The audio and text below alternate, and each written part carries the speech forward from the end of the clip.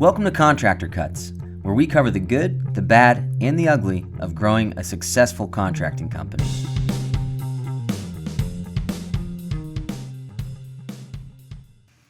Welcome to Contractor Cuts. My name is Clark Turner. And I'm James. Thanks for joining us again. So today we are talking about overcoming imposter syndrome and breaking out of feeling so lonely in this industry. It's a heavy one. You're okay. We got some. You all right? Yeah. You just kind of hit like a... Have you been reading my diary? I don't know what's going on. No, I think it's funny. I want to cover this one because I deal with a lot of contractors. Even in the busiest seasons, there's like this, how do I stay motivated? I feel like I'm on an island. Within the past 2 weeks, I've got a text message from a guy that just started saying, finances are failing. Every night, my wife is telling me I'm not going to make it. It was a full of just like, I don't know if I'm going to do it. I don't know, even if I quit, I don't know what I'd do to make money. Like just pouring it out, like, can you please help me? Absolutely. I got an email from another guy. It was after our first session, and it was, hey, I really appreciate it. I was really at the 99th yard of quitting. Like I am tired of being in an industry that I get, beat up by my customer, beat up by I come home beaten up every single day, 5 days a week. Like this isn't worth it. And then she doesn't believe in me either. Yeah. Well, that was the first guy, but yeah, it was, it's rough. It's rough. And it's a reality for a lot of people. And I think it's, when you're in this industry, you've got customers that beat you up over price, over quality, over finish, over, I'd say I'd be there at 8 a.m. and I got there at 8:03 and they're yelling at me. You got vendors and subs and labor beating you up because they want to get paid more and do less. And you didn't tell me about that and I'm not covering that. And I go find someone else, or they just go like, and then you come home and sometimes... And your kids are like, how are your timelines? Yeah.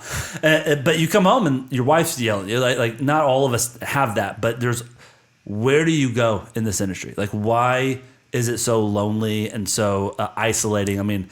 Why are any of us doing it? Yeah, no, legit. Like, most guys fall backwards into this because that's what their dad did, or they need to make some money after high school or after college. So I started doing it, and I was good at it, and I just kind of moved my way up. So I thought I'd go out on my own, and now I'm on my own. I wish I could go backwards.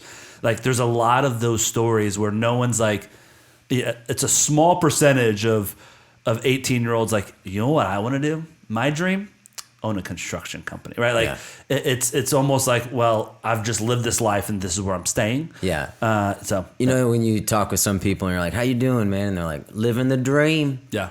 Whenever that's a construction person, I'm like, well, what is your dream? Tell me more about your dream. You live in the dream. Yeah. Well, and I'd like it to be true. A large portion of this industry, whether it's trades, whether it's residential or even commercial side of things, new construction, renovate, whatever it is, a lot of the labor guys especially are living for beer on Friday. Like it's there's not a motivation to grow because they've probably been like, that candle's been put out, right? You're early to mid 20s and it's like, I'm gonna grow this thing to 10 million, 50 million, 100 million, and then you get into it 3 years later, you're making less than you made to year one. This isn't new though, because the guy that I was working for when I was a greenie, a trades guy, right out of college. Yeah. I remember asking him like, "How did you get into this?" And he was like, "Don't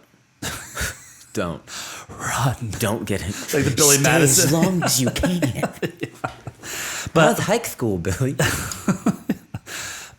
That layered on top of that, and what we're covering also today is imposter syndrome. I think there's a lot of guys that come into this industry, or as you're trying to grow to the next level, you've never done it, and you're around the guy that's been doing it for 20 years, and so he's using terms you've never heard, and you're like, I'm going to Google that later, what that means, right? And so there's a lot of imposter syndrome that you're feeling when in fact, we've all felt it. We've all been there. We've all had those feelings.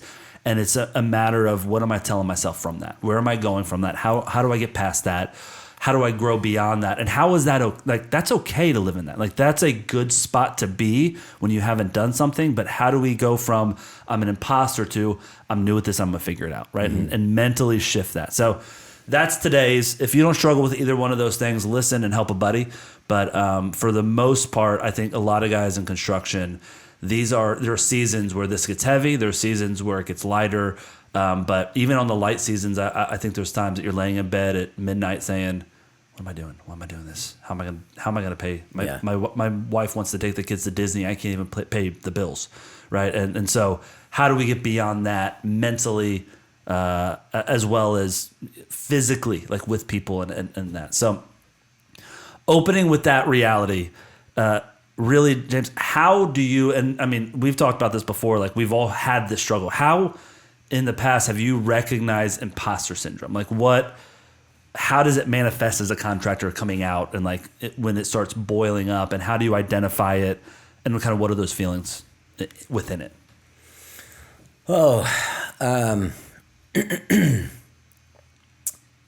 I think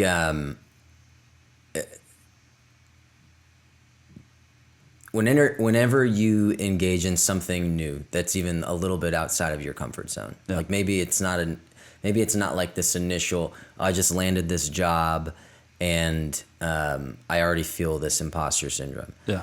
It might not be that. It might be you're excited, it's new, it's a new endeavor, and that's kind of exciting, but then you run up against your first roadblock. Yeah. The first thing that you forgot, the first thing that you didn't know to think of, and then it sets in on you. Yeah. It's like a cloud. And it's like self-doubt or doubt put on you from outside sources. Like I had no business. I had no contractor? Business being in this. Yeah. I had no business taking this job. I had no business telling this client I could execute for him. How do I get out of this now? Yeah. How do I create such a small footprint that this person forgets and I forget about the whole scenario? That is a very slippery slope. Yeah. And really the only way to, I feel like, fight that is like, you have to, and this is pot calling the kettle black. You have to create good internal dialogue. Yeah. It's like the first time you hear that negative voice, it's like, that's true. I am new at this, but history has shown me that I can do it. I've done it. I've worked under people to do this. There are probably things that I don't know, but there's also things I don't know about the stuff that I'm really good at and I can do in my sleep. That doesn't mean I'm an imposter. It means that I'm opening myself up to new things, and there's going to be a learning curve. Yeah.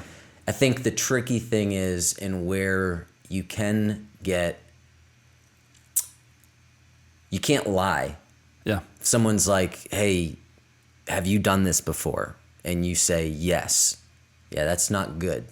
You really can't. I wouldn't lie about stuff like that. The way that I would approach, like if, hey, this is a new endeavor for you, and you're picking up a new job, and it is something that you haven't really done before, and a client asks you that straight up, you can say, no, I've not done this exact thing before. This is the type of work that I have done that makes me feel like I have everything that I need to be able to execute this. Yeah. I get this, I've done this. Really, this project, here's how I see it going together. Here's the steps. Show them what you know and let them make that decision. Yeah. That is a risky endeavor. You might lose that job, and they might say, I'm not comfortable with that, and that's okay. Yeah. First new construction job, so show me some other houses. Well, I'll be honest, I've done a lot of additions. To be totally honest, additions are 10 times harder than new construction. New construction is Legos. It's following a game plan, planning it out, and putting it together. A renovation with an addition on it is the same thing, but you're tying into an old house with a lot of problems. So there's another layer of problems. And so honestly, like shifting over to new construction is an easier shift for us to where it's kind of low-hanging fruit. Yeah. Right? That sort of, I'm not lying to them saying I've done it before. I'm not saying I've never done this and I'm scared about it. But it's a justification why I'm good and you can pick me and my experiences. But this is one of our first full new construction. I mean, if you consider additions and kind of new construction, then I've done it tons of times. Yeah. Right. Stuff like that. Yeah. there's ways to show your value without needing to perjure yourself Yeah. in terms of what you're capable of or what you've done in the past. Yeah. But that's really one side of the imposter syndrome. I think what you're kind of touching on is day in, day out, the stuff that I'm doing and the stuff that I'm always doing, I'm feeling like, I mean, honestly, it gets to the point where it's like, what is even I'd rather go get a job at Kinko's and manage a Kinko's store because it's so clear and present what you need to do. I think the hand in hand of loneliness and depression almost with imposter syndrome is, I think imposter syndrome mentally keeps you in the same spot, and being in the same spot year over year over year causes you to be like, I'm a failure. I'm not growing. I'm not changing. And that's where the loneliness, victim mentality. Yes, and so too. I remember talking about like listening and trying to figure out why you're feeling what you're feeling. I remember graduating high school, going to college, graduating college. My first year out of college, I started this construction company. ProServe was 2006. I remember going back to a high school like function, like a homecoming or something. And there was a teacher that I liked. Like we were friends. He was kind of a jerk, but I wasn't good at school. I can beat you at Jeopardy. I can't beat you on a test. Like I'm just not that mindset. He was kind of a jerk, but like a flirty kind of jerk. A few years later, he married. After we graduated, he married one of the students as soon as she graduated. So I nailed it. You nailed it. So yeah, beyond flirty. So that being said, I remember. What were their names? Should we call I'll tag him in this and send it to him online. No, Mr. Creepy Pratt. Yeah. Anyways, I remember going back. I was at this homecoming, and he was like, "So what are you doing? You graduated, right? What are you doing now?" I was like, "I'm actually just started a company, a construction company." He was like, "You are starting a company?" And I was like, "Yeah." He was like, "Are you sure?" And I was like, "Like, what do you say to that? Like, yes, I'm sure." Like, what do I mean, at that point, I'm like, you're marrying a student, and anyone can do it, right? Like anything's possible. But we all have dreams. Yeah, I know I do. But again, it was like, why am I? Like, what? I don't know anything about starting. I don't know running a company. I don't know anything. And it starts you down that like self-doubt line of like the outside influence that's really confirming the voices that you have in the back of your head. That's like, I thought it was just like me being scared, but other people see it too. Oh man. Right. Well, that goes to show you when you're talking to young people, don't do that. don't touch or pop dreams. Or yeah. Anyways, that sort of outside influence, I think, gets your brain going in the way of like, yeah, I shouldn't do that. Yeah. Right. And I see a lot of guys stuck in the field, like stuck in wearing the tool belt because I can't man it. Like I don't want to try to sell myself. I'll just be a sub my whole life because like, dealing with a homeowner and I couldn't do that. Right. And so all of this, like I have one guy that I'm actually flying out of town next week to go. He's hiring his first project manager. He's on our executive level, so I come out and help the hires, do all the onboarding. I'm like in their C-suite with them, helping them grow the company. He literally, when he started 2 years, a year and a half ago, it was like, I was like, when are you gonna make your first hire? 5-6 years from now. Why? I don't know how to manage people. That's okay. Like why are you waiting that long? I mean, I don't have the business. Well, let's do a game plan. Let's lay it out. Let's figure it out. It's all math on figuring out money and when you can make a hire. How do we get the clients? And so we kind of laid out the path. He's been on two different retreats with us, and now he's making his first hire, right? His first real outside hire. And it's the growth of understanding and having someone say, "Hey, you can do this." Like there are steps. If you check the boxes, it is a bet and a risk. Let's make it a very safe bet and a very safe risk. Yeah. You could fail at it. You're right. You absolutely could fail at it. But you're going to fail if you don't. Yeah. Like you're going to be stuck in this spot. You've got the jobs. He's got 4 to 5 months of pipeline, and he's got another 10 to 20 large scale 6-figure jobs waiting behind it, just that he hasn't bid yet.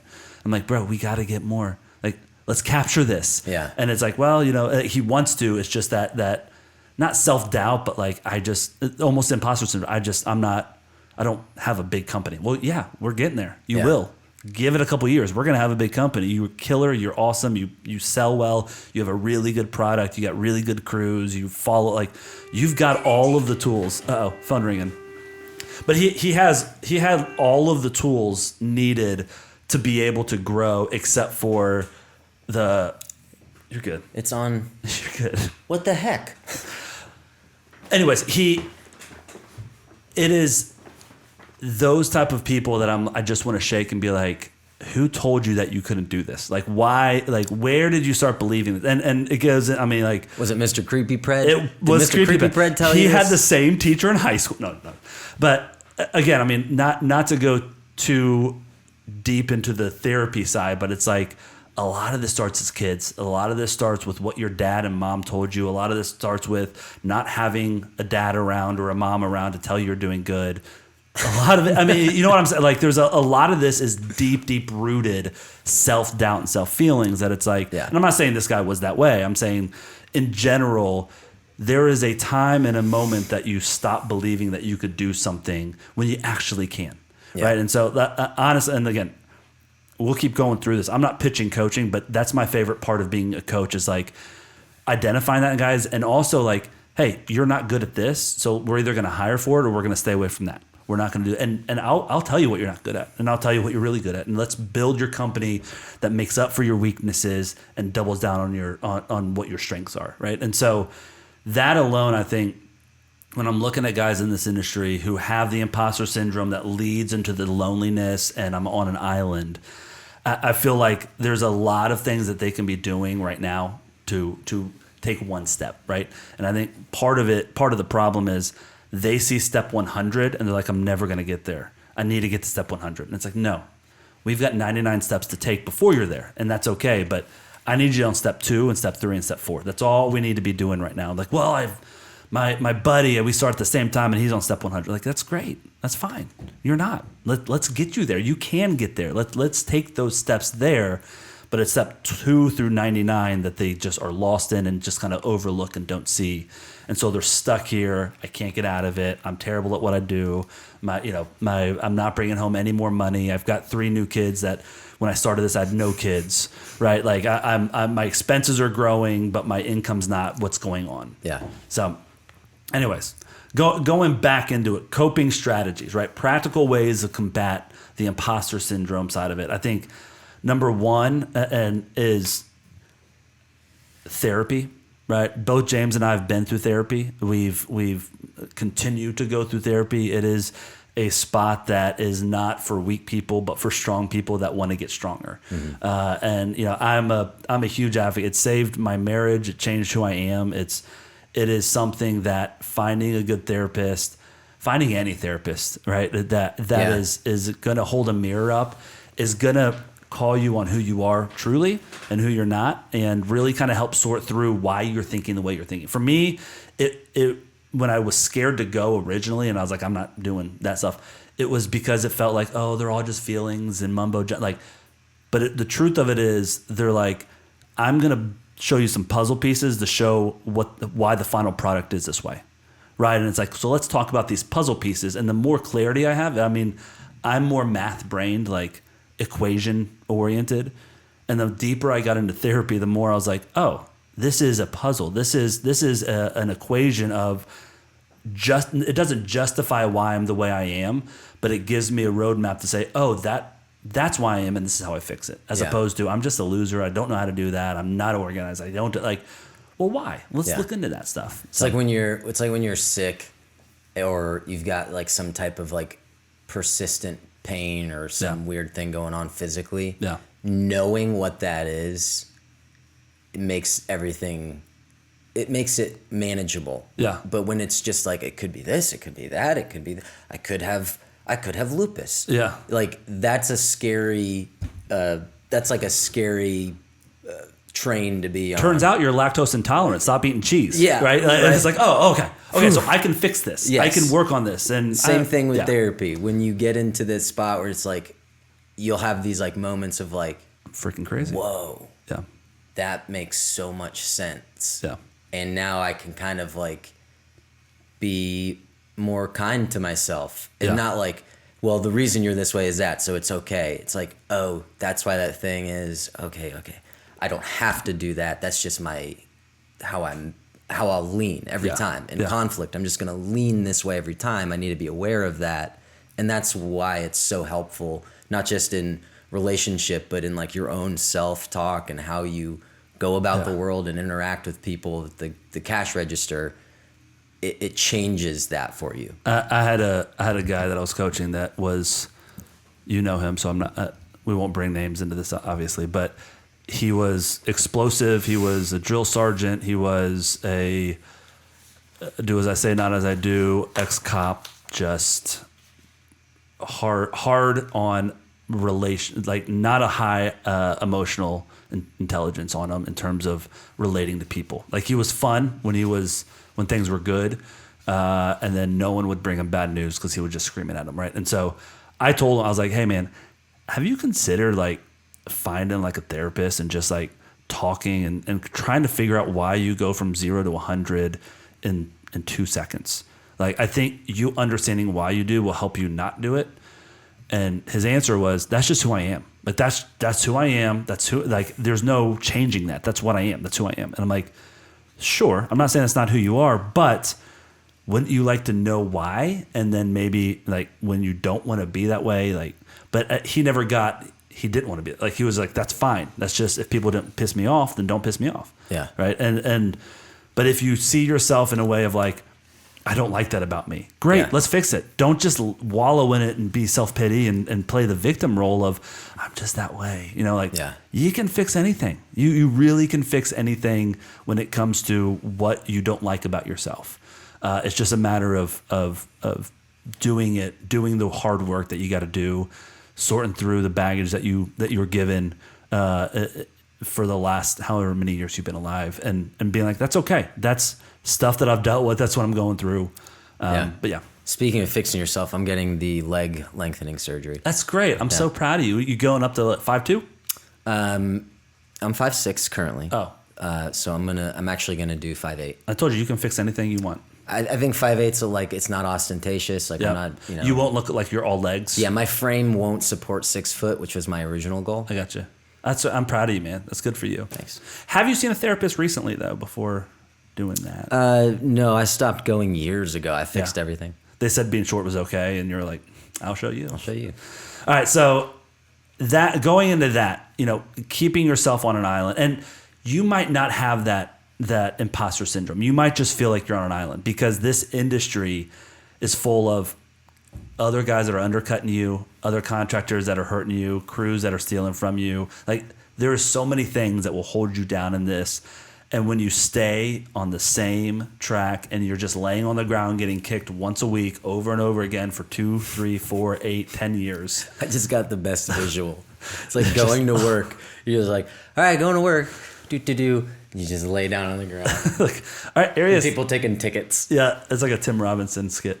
But what do you do to manage that? Like what loneliness-wise, what are you doing to counteract that when you're in that? Because I mean, we've all got into those seasons, right? Like, how do you get out of them? But also, like, what are you be doing to keep those seasons as shallow as possible and identify an exit? Yeah, mine has nothing to do with with work at all. It's when I'm feeling like that, I proactively will schedule times with people to like have coffee or lunch or go throw a frisbee, like something with a friend, a family member, and like just that alone where not even, hey, I want to meet and talk about work, but just like schedule an hour. You're going to blow an hour on Instagram on the toilet anyway.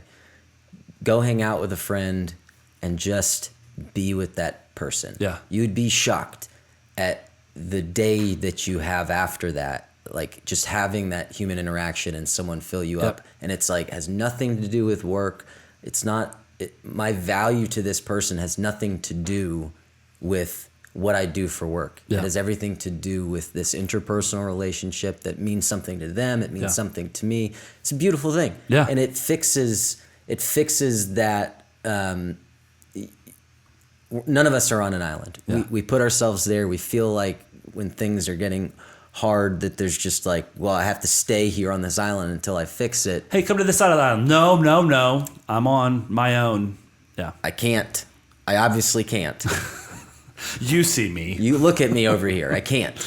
Do you want to go play pickleball? No, I told you. I couldn't possibly. I don't have an hour to play pickleball with you. I'm figuring out where AI is going and how I can be scared about it. Yeah. There's a lot of conspiracies that are actually true. Almost all of them. I think the time away from this is good. I think that's why we have the client engagement agreement, our work hours, that we like. Even the one man shows, I'm like, you have to use this part and double down on it. Of listen, I know we're renovating your home, and this is the most stressful time, and this is all consuming in your world. This is me day in and day out. And so for me to give you my best Monday through Friday is I need to recharge my batteries at night and on the weekends. And if I can take time off and spend time with my wife and kids, I can go golfing with my buds. If I can do the stuff to recharge my batteries, that gets me fully focused on Monday morning when I'm on your job site. So, and I swear, I used to do this when I was a one-man show with homeowners, and this is why it's in the CEA and why we coach all of our guys on it of, you say this to a customer, like, that makes so much sense. Absolutely, right? And so finding to isolated time that's like, this is when I work, separate out, this is when I'm not working.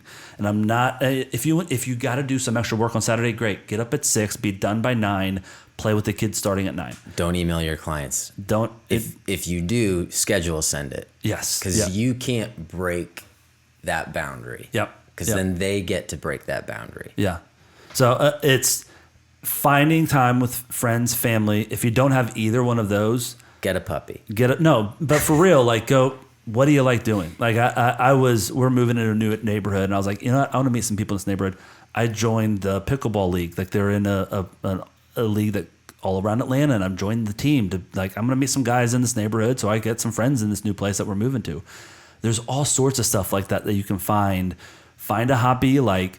Find people that do it and sign up to join somewhere, right? Just get out of your little going home to play video games so you can have a beer and fall asleep. Like that get out of that rotation and get into some sort of a community. I mean, honestly, one of my favorite things is the community within ProStruct 360 of when we go on those retreats in January, we all hang out, we all like understand like, you're struggling with that too. How do you do that? Oh, you're doing ADUs. What? Tell me more how you got into that. Oh, remember you were talking to everybody about VA loans because you just landed one and made some good money. Like, how do you do VA loans? Like, who do we got to get in with? And still, like, you're still following up with those guys, and they're texting you back because we were all on the retreat together, right? We've got a retreat text group that's there. So there's stuff like that find the community takes effort. It's getting into a community is not, I'm going to just turn into being a part of a community. It takes effort to join a community and to make the effort on your end to get into it. So I think that's one of the big things with the work-life balance and trying to find enjoyment and pleasure outside of here, because there's often not a ton of enjoyment and pleasure day in and day out here. Yeah. But we want to find it. We want to get enjoyment and pleasure here. And a lot of what we do in the coaching side is systemizing and planning. So this is enjoyable. There's nothing better to me to walking a final renovation or an addition and standing in a beautiful thing that you created, right? That's what I've enjoyed about being a contractor, right? I don't like a lot of the stuff that I got to deal with, but the homeowner that's moving their kid into that new addition because they just had a baby and like helping them build that home, that's fun. That's enjoyable. It get pleasure out of that and enjoy the journey and make it, if we're following the systems and processes that we lay out, it's a fun ending of the job. Most guys are having a really unfun ending. It's a crap, how do I get as much money and bail on the rest of this? That type mentality, as opposed to I can't wait to the final day of this renovation and hug these clients and walk out of here. Right. So trying to find value in both those. I think the one of the other things of managing loneliness is setting realistic goals. I said earlier, a lot of guys are looking to be on step 100 and like, I got to do this. And, my buddy's done this. And I think I'm not doing a lot of business on renovation, so I think I'm going to switch to doing like commercial new construction. It's like, no, you can't. No. We're not chasing a shiny ball. Let's stay where we're at. Let's not go to step 100. Let's look at step 2 and 3. Let's look at how we're organizing and planning out what's in front of you, so then you can say yes to the next. Like, let's take those steps. And one of the best parts in the coaching side too is, listen, here's the 3 things I need you to do this month. Can you do these? Or by the next time we meet, depending on what level you're on the coaching. In 2 weeks when they come back together, can you get these 3 things done? Yeah, absolutely. And I'm getting emails throughout the week. Hey, this is done. Can you look over it? Hey, what about this? What do you think about this? That sort of thing is, if you get this done by the 2-week mark, relax. You're there. You're taking steps towards growth, right? And having those bite-sized steps of like, great. Like when they look back 6 months later, like I've got my systems, I've got how I exit jobs, I've got how my job runs from start to finish. I've gone from half my clients hating me to really about 5% of my clients don't have the best experience, but that's going to be because they are that type of person. But 95% of them are very happy and enjoyable. It's a fun renovation. You start seeing those start trickling and changing when you start organizing and doing a lot of these processes that we're trying to put in place. So getting those realistic goals, bite-sized pieces of success, I think is super helpful in managing loneliness. I think when you shut off the phone is major. I got one guy that I coach that works 7 days a week, and I've said, hey, what are you doing with your kids this weekend? Hey, what are you doing with your wife this weekend? When are you doing when's date night? Right? And so part of it is I know that you're obsessed with your job, and you're, even the guys that are doing well are like, like if my marriage makes it, we'll see, but my company will make it because I'm in full control of that, right? And that mentality and mindset of like, what are your priorities, right? And why are you doing this? Well, I'm doing this for my kids, my family. You just told me your family might not make it. Well, my marriage might not. Okay. So you're not working on something that's going to protect your children. They're going to be grown up with two separate households because you're spending all this time focusing on work. Yeah. Like as a coach, I'm not like work first. I'm like work third, works fourth, works fifth. Well, let's do it really well.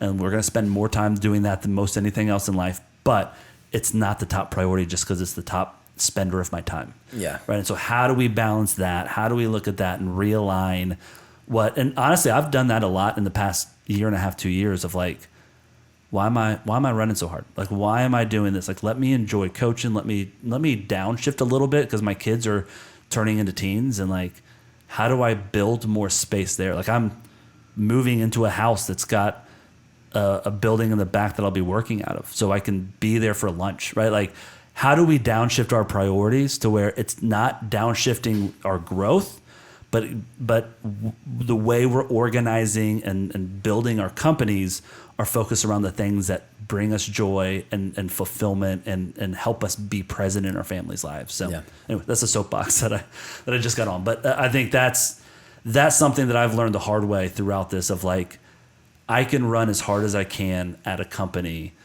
That's not fulfilling me. And if I ignore the kids, if I ignore the wife, so I can make an extra couple of dollars, why? Like where is that enjoyment coming to me? Because a couple extra dollars, going on vacation by yourself is not as fun as not going on vacation, but sitting at the pool with your kids and wife, right? Yeah. So reorganizing some of that stuff.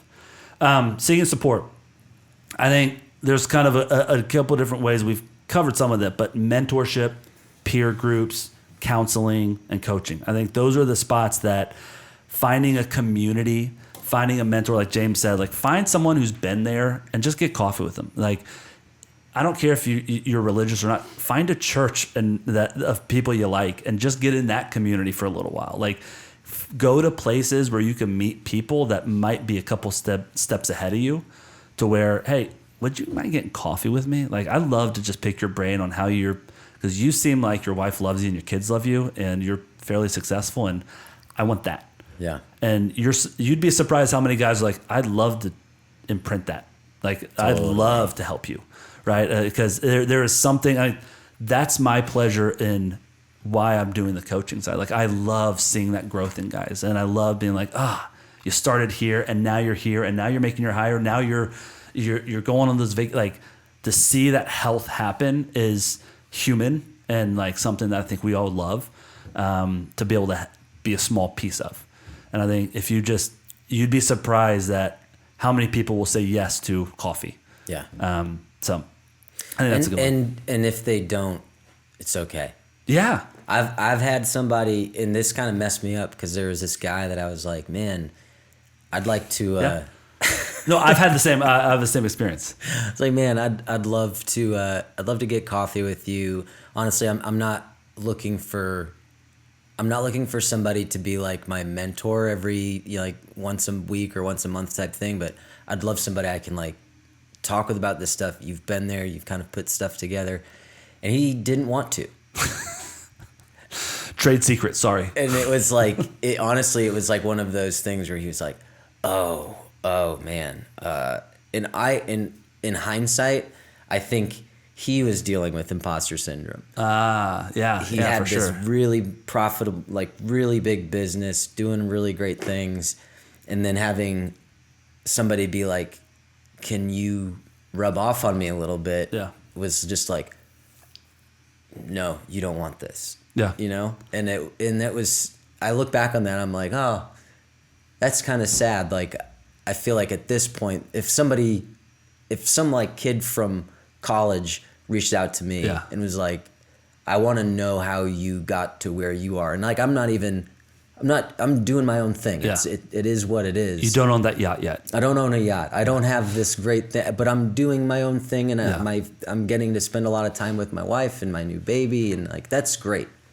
If some kid asked me how to do that, I would be overjoyed to spend time with them and just impart whatever wisdom I think I've gained over the years. And so thinking about it from that standpoint, you're really blessing somebody. Yeah. Not just wanting something from them. It's enjoyable. Like, you get something out of it. I don't know what it is. I don't know what the name of it is. I'm sure there's some clinical name, but like, I've done that plenty of times. Like, I've got some friends whose kids are graduating high school right now, and one of them was like, "Hey, can I just? I'm trying to figure out what I'm doing for college and life, and like, would you mind having breakfast with me?" I was like, "Yeah, no, I'm like, I'd love to help you. Like, I want to help, but it felt like not an obligation, but I wasn't like jumping for joy. I didn't know the kid. I hung out with his dad in 10 years. Yeah." And so I met with him, and I was like, this is so fun. Do you want to do it again? Like I got something like joy out of it. Yeah. And he was like, no. Yeah. Honestly, could you get the check? I got to go. No, but I had this same story when I was starting Pro Struck 5, 6, 7 years ago. And it was just an idea, thinking like, I want to, like, what's my next move? I want to go off and start doing this. I asked a guy who's fairly successful and doing something similar, not coaching, but something similar. And I sent him a text message. I talked to him fairly recently, so I was like, oh, cool. I've kind of got a door. We had a conversation recently about doing some investing in properties and flipping homes. Anyways. Sounds illicit. Sounds illegal. Yeah, no, it was fine. But then I sent him a text message. I was like, hey, man, I am looking to start a company. I'm not looking for an investment. I'm not looking for like any partnerships or anything. Like, I literally would just love to pick your brain on like how you got to where you're at, and like if you have any advice for where I'm going, and like I just loved it. Like, I enjoy hanging out when we do see each other, and like I think it'd be fun to get lunch with you. His text back literally was like, yeah, I'd love to help. Why don't you send me an email with a list of what you're looking to do, and I'll respond. And I was like, okay, I can do that. I sent him an email. He sent me like a 2-sentence email back, and I was like, message received. Got it. But again, like, you don't know other people's baggage. You don't know where they're at. You don't know their imposter syndrome, and it's okay. Like, that's fine. Like, you don't want to give that time, and you don't find that valuable. And maybe it's just it's like they don't have the wherewithal to be like, it's a no for right now. I don't have space. Yes. I don't have any space in my life. He could be, his wife could be sick. He could, like, I don't know. I wasn't offended by it, but I was shocked a little bit. Like, I mean, we've worked together a lot, and like we've done a lot of stuff, and I've made you a lot of money on flipping. Like, okay, that's fine. Yeah. But I've had way more yeses. I think that's one of the few no's that I've had, but I think I do that as much as I can when I'm thinking of something or trying to go something, like get imprinted from older, wiser people that have been there before, and don't take their word as gospel, but just take it all in and assess it. Take the meat, leave the bone. Yeah, exactly. So I think that getting in community, finding people outside of this industry and in this industry, commiserate. Don't go and be victims together, but like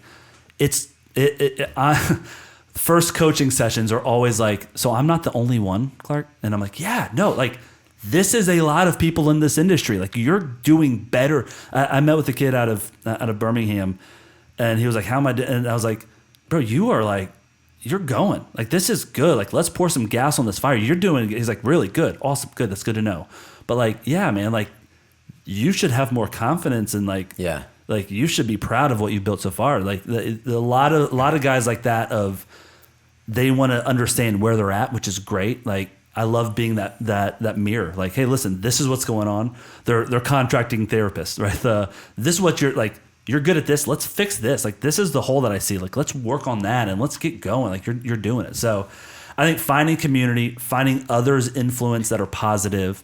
I think surrounding yourself with positive people, like-minded, that are growing, and taking care of the important relationships, wives, kids, husbands, parents, whoever it is that is around you. Put those things. I might have less time with my wife and kids than I do at the office.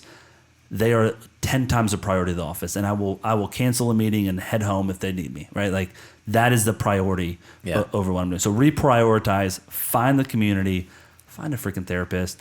Come if you can afford coaching. We start at $500 for the first. Like, come and get some sort of outsider's opinion and view that's done it before, that's been there before, and that's here to help you.